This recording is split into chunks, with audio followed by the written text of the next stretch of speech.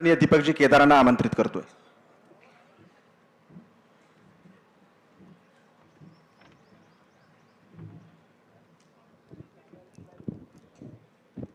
मला पण 2 मिनिटच दिलेत. मान्यवर लय मोठे आहेत. अण्णाकडे बघितलं, मुन्नी पण ऐकायची तुम्हाला. आणि लय मोठं पुस्तकच घेऊन आलेत पुन्हा आज पण. त्याच्यामुळे त्यांना वेळ देणं खूप गरजेचं आहे. उद्या राजमाता जिजाऊंची जयंती आहे मित्रांनो. या सिंदखेड राजाला लाखो करोडो त्या ठिकाणी लोक येणार आहेत. पण अतिशय दुःखात अंतकरणाने मला सांगावं लागतंय की उद्या आमच्या जिजाऊंची जयंती आहे आणि या जिजाऊचा लेख या हरामखोरांनी मारून टाकलेला आहे. या जिजाऊची लेख वैभवी या ठिकाणी येऊन रडत आहे की माझ्या बापाला न्याय द्या. हा सोमनाथ सूर्यवंशी दुसरा तिसरा कुणी नसून जिजाऊचा एक पुत्र आहे. हा ज्या जिजाऊच्या लेकरांचं अस्तित्व या महाराष्ट्रात धोक्यात आलेलं आहे आणि या जिजाऊच्या लेकरांना संपवण्याचं काम ज्या बीड जिल्ह्यातल्या माजलेल्या टाग्यांनी केलं त्यांना गाडल्याशिवाय शांत बसणार नाही. हाचा संकल्प जिजाऊ जयंती निमित्त करायचा. यांचा माज उतरला पाहिजे. होय, आम्हाला माहित आहे की कोरोना गेला, पण या बीड मध्ये कोरोना जिवंत होता. त्याचं नाव होतं वाल्मिक कराड गँग आणि गुन्हेगारीचा असणारा हा कोरोना आहे. हा कोरोना नष्ट करण्यासाठी हे समतेचं आंदोलन उभं राहिलेलं आहे. डॉक्टर बाबासाहेब आंबेडकर, छत्रपती शिवाजी महाराजांच्या मावळ्यांचं भीम सैनिकांचं आंदोलन उभं राहिलेलं आहे. हा गुन्हेगारीचा कोरोना महाराष्ट्रातून नष्ट केल्याशिवाय आता आम्ही शांत बसणार नाही. मित्रांनो, या ठिकाणी भयंकर परिस्थिती झाली. मोका लागलाय म्हणे आज. अरे देवेंद्र फडणवीस साहेब,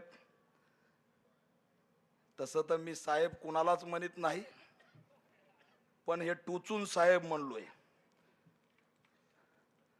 तुम्ही निवेदन केलं होतं ना विधान भवनात, कुणावर मोका लावणार होते तुम्ही सांगायचंय खालून. ए बाबा, वाल्यान आका म्हणू नका. माझ्या आईला मी आका म्हणतो, ती म्हणली मला फाशी देणार आहेत का? ती वाल्याची शेंग चांगली लागते, तिला खाऊ द्या. त्याचं नाव डायरेक्ट घ्या. काय म्हणले होते फडणवीस विधान भवनात की मोका मी लावणार. मोका लागलाय, मग आज उत्तर द्या की या मोक्याच्या यादीमध्ये तुम्ही घेतलेल्या नावाचा उल्लेख का नाही? कुणाला पाठीशी घालताय?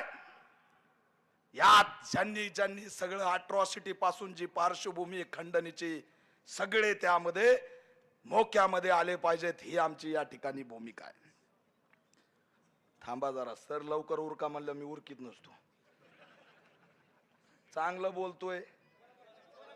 आहेत लय पक्षाचे लोक बसलेत, सगळ्याचे नेते ह्याच्यात असतात.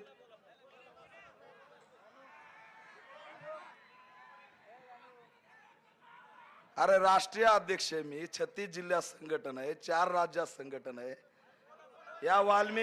या वाल्मिक कराडला परळीच्या बाहेर कोणी ओळखीत नाही. या दीपक केदारला इकडे बिदर मध्ये गेलं तरी फोटो काढतेत. आणि हे असणार मी बोलणार आहे. या ठिकाणी ते लक्ष्मण हाके नावाचं एक आलेलं आहे. मला चॅलेंज केलंय काल, केदार म्हणे मला अडवून दाखव. अरे तू भांडण करायला छिकडो तो भांडकुदळ बाई. आम्हाला वेळ नाही तुला अडवायला. ना अडवायला तू कोण गेला? अरे अडवायचं असेल तर आम्ही तिकडे पंतप्रधानाला अडवू, मुख्यमंत्र्याला अडवू, सरकार मधल्या लोकांना अडवू. अरे तुझ्यासारखा चिरकुट टिकुजीराव कोण गेला तुला अडवायला? मी म्हणलंय तू मोर्चे काढून दाखव. एक धनगर समाजाचा ढाब्या वागाला, त्यांनी ज्या पद्धतीने उत्तर दिलंय, आता जर हाके घराच्या बाहेर आले तर समजायचं की हे फुले शाहू आंबेडकरी विचारधारेचं नाहीच. एवढं बोललो आणि आम्हाला दरवेळेस सांगितलं जातं की खैरलाजी मध्ये कोण होते, खैरलाजी मध्ये कोण होते. लक्ष्मण हाके, मी या ठिकाणाहून एक इशारा देतोय की पुस्तक काढा, तिथले डिटेल काढा. भंडारामध्ये कोणत्या जातीचे लोक होते आणि कोणत्या जातीच्या लोकांनी ते केलंय ते तुम्ही हिम्मत असेल तर पुढे आणा. कशाला जाती ते निर्माण करताय? अरे या महाराष्ट्रात गुन्हा गोविंदानी राहू द्या, या महाराष्ट्राला गुन्हा गोविंदानी जगू द्या. तुम्ही कुणाला या ठिकाणी जातीवादाच्या विळख्यामध्ये टाकून मारताय, प्रतिमोर्चे काढताय. लाज वाटली पाहिजे या प्रतिमोर्चे काढणाराला. त्या दिवशी पैठणला अण्णा होते, तिरक्या डोळ्याचा चांगला समाचार घेतला. तवापासून गडी काय दिसा नाही. तरी बी मला वाटतं उद्या येईल, टकमक टकम बगन.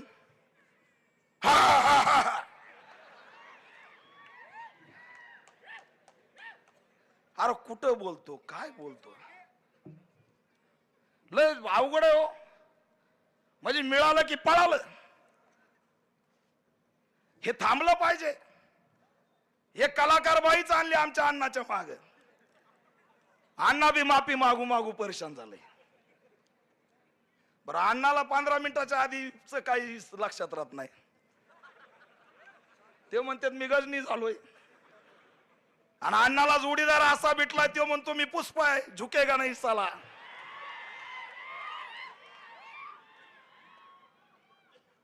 कलाकार आणले. आता ज्योतिताईने लय विनम्र तुम्हाला आव्हान केलंय. या ज्योतिताईंचं आव्हान तुम्ही लक्षात घ्या. उद्या जिजाऊंची जयंती आहे, संकल्प करा. अनेक या ठिकाणी षडयंत्र होणार आहेत, त्यांनी ओळखलेत. सकाळी मी बातमी वाचली, HMPV नावाचा आजार आलाय, कोरोना सारखा आहे म्हणे, आणि त्याचे 2-3 लोक सुद्धा सापडलेत. आता आरोग्य मंत्री कोण आहेत, मंत्री असे आहेत की लक्षात बी राहत नाहीत. आता तुम्हाला सांगतो, हा मुद्दा भटकवण्यासाठी यांना जर आवरलं नाही, हे संतोष देशमुखचं आंदोलन, सोमनाथ सूर्यवंशीचं आंदोलन जर का यांना आवरलं नाही तर हे पुन्हा लॉकडाऊन आणि हा नवा कोरोना आणल्याशिवाय राहणार नाही. ते एवढं असणार आहे, या ठिकाणी लक्षात ठेवा. प्रतिमोर्चा आम्ही उधळून लावले, त्यांना कळालं की हे सहन करणार नाहीत. मला प्रश्न असा पडलाय, राग काय आहे ना, कुणाला यायचं ते येऊ द्या.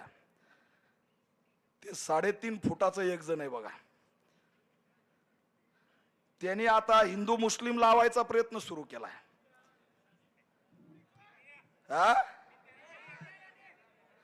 अरे आज स्टेटमेंट आहे, हे हिंदू राष्ट्र आहे, त्या 3.5 फूट फाटक्या तोंडाचं. अरे आहे का हिंदू राष्ट्र आहे म्हणतायत, संविधान राष्ट्र आहे, हे आम्हाला मान्य आहे. पण मला या सगळ्यांना विचारायचं की संतोष देशमुख कोणत्या धर्माचा होता? अरे या हिंदू राष्ट्रात जिजाऊंच्या लेकरांचं काय अस्तित्व आहे, बाबासाहेबांच्या लेकरांचं काय अस्तित्व आहे, हे आधी सांगा. तुम्ही कुठे या मोर्चात? हे मोर्चे डायव्हर्ट करण्यासाठी तुम्ही आता तिकडे गडावर अमुक ढमुक करायला निघालात. आणि म्हणून ज्योतिताईंनी जे सांगितलंय ते ठामपणे लक्षात ठेवा की हा मुद्दा थांबवता कामा नये. मनोज दादा जरांगे असतील, इथले सगळे नेते असतील, वैभवीचं तुम्ही निवेदन ऐकलं मित्रांनो. अरे एवढा अभ्यासू लेकरू, विचार करा तुम्ही की वैभवी ज्या पद्धतीने मांडणी करते. आज माझा हा 6वा मोर्चा आहे. मी जर कुणाचं बारकाईने आंदोलन भाषण ऐकत असेल तर ते या लेकराचं ऐकतो. तिच्या शब्दाची मांडणी बघा, तिचा अभ्यास बघा. अरे लेकरू एका क्रांतिकारकाचं लेकरू आहे. ही वैभवी जी बोलतीये तिचा बाप किती हुशार असेल हे लक्षात ठेवा. तिचा बाप किती महान असेल, काय त्याचे विचार असतील. आणि या ठिकाणी राजकारण सुरू आहे. हे राजकीय मोर्चे आहेत. हे निळ्या टोप्या, भगव्या टोप्या, पिवळ्या टोप्या, हे राजकीय मोर्चे आहेत. हे कुणाच्या पक्षासाठी नेत्यासाठी आले नाहीत, तर या लेकीला न्याय देण्यासाठी या ठिकाणी आलेत, हे लक्षात ठेवा. आणि तुम्हाला जाता जाता आव्हान करतो की या लेकराला न्याय देण्यासाठी जीवाचं रान करा, पेटून उठा, बंद करा. हे आंदोलन इजवू देऊ नका. हे आंदोलन एक बलिदान दिलंय संतोषनी. या महाराष्ट्रातली समता एकत्र करण्याचं हे आंदोलन आहे, सामाजिक आंदोलन आहे. याला जिवंत ठेवा असं आव्हान करतो. सगळ्यांना फाशी झाली पाहिजे. सोमनाथ सूर्यवंशीच्या मारेकरांना त्या ठिकाणी फाशी झाली पाहिजे, मोका लागला पाहिजे. वैभवीला आमच्या मी एवढा साथ देणार अण्णा, आपण एवढ्या लेकीला एवढा साथ द्या की या बीडचं उद्याचं युवा नेतृत्व या लेकीच्या हातात गेलं पाहिजे. हे सुद्धा आव्हान या माध्यमातून करतो. अनेक नेते संपवलेत, बहुजनांचं अस्तित्व धोक्यात आलेलं आहे. प्रति मोर्चावाल्यांना आम्ही बघून घेऊ. लक्ष्मण हाके याच्यानंतर जातीय तेढ निर्माण करण्यासाठी मराठवाड्यात येऊ नका. आम्ही तर सोडा, पण हा ढाण्या वाघ धनगराचं लेकरू अहिल्याबाई होळकरांचं त्या ठिकाणी आवाज होऊन उभा आहे. तुम्ही आता मराठवाड्यात येऊ नका. तुम्हाला माड्याला कोणी विचारतं का नाही? मला बरेच जण म्हणते अरे हे कुठालंय रे, ह्याला तर इकडे कधी बघितलं नाही. हा असू द्या, त्याचं काय नाव घेता? ते आमच्या मनोज दादाचं नाव घेऊन जिवंत आहे. त्याला मनोज दादाचं नाव घेतलं नाही ना, आणि आता अण्णा आलेत पुन्हा सोबत. त्या दोघाचं नाव नाही घेतलं ना तर भाकर मिळायची नाही. काय खरं असल्याच. आणि आमच्या मनोज दादाला म्हणे 35 किलो आहे. अरे तू कधी येऊन उचलून बघितलं बाबा? अरे कमराला बांधलं की कार्यक्रमच आहे इथं. मी मागा चालता चालता पट्ट्यानी कमराला बांधलं, म्हणलं आज कार्यक्रम आहे. आणि म्हणे 35 किलो. मी पैठणला बी सांगितलं, होय आमचा ढाण्या वाघ 35 किलो आहे, पण 150 किलोच्या गेंडा स्वामीचा बाप आहे, त्याला गार करून आलेला आहे. आणि म्हणून मान्यवर आणखी सगळ्यांना पुन्हा आव्हान करतो की या न्यायाच्या लढाईत या. दोन्ही या सरकारला मी आव्हान करतो की तुम्ही गांभीर्याने घ्या. तुमच्या नेत्याने आतापर्यंत हे तुमचं लोन आवरलेलं आहे, पण आता जर गांभीर्याने घेतलं नाही तर त्या ठिकाणी जशाची तसं उत्तर दिल्याशिवाय ह्या बहुजन समाज थांबणार नाही. हा इशारा सुद्धा या माध्यमातून देतो आणि थांबतो. जय भीम.